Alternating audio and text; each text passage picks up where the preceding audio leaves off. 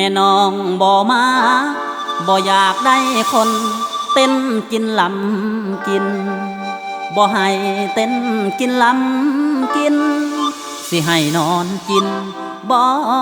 แม่เฒ่าเอ๋ย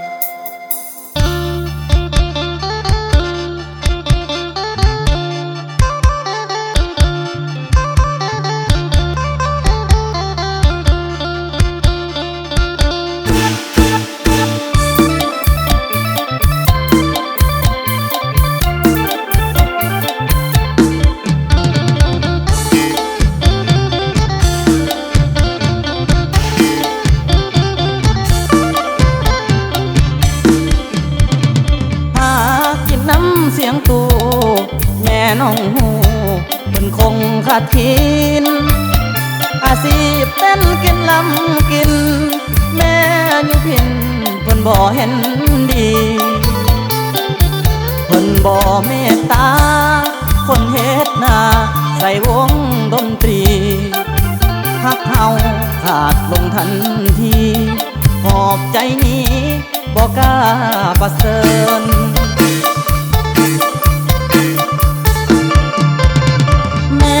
น้องนั้นบ่โหว่าอายสู่หาเงินหลายทางกลางเว้นเฮ็ดงานแน่นอัง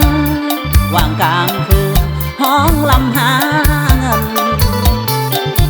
หยิบโอมเงินคำหวังนำไปแต่งลูกสาวเพิ่นแต่ว่าแม่น้องเพิ่นเมินเพิ่นเลือกคนที่ดีไว้แล้ว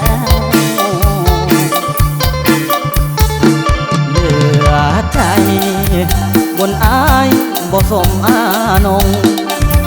อาชีพอายบ่มันคงขึ้นลงคงบ่พอแจวแม่น้องเพิ่นสั่งคนซื้อทอสร้างแต่ห่างทอแมวบัดนี้อายผิดหวังแล้วใจแป้วน้ำตาไหลลิน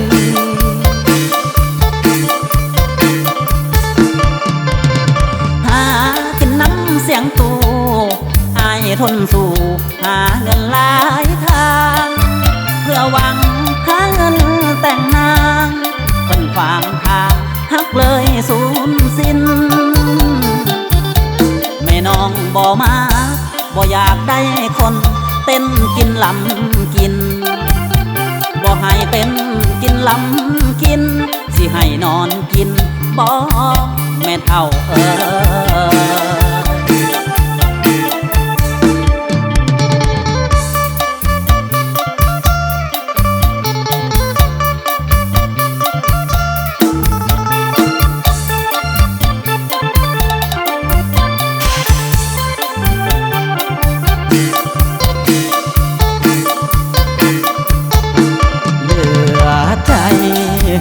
บนอายบ่สมอานงอาชีพอายบ่มันคงขึ้นลงคงบ่พอแจวแม่น้องเพิ่นสั่งคนซื้อทอสร้างแต่ห่างทอแมวบัดนี้อายผิดหวังแล้วใจแป้วน้ำตาไหลลิน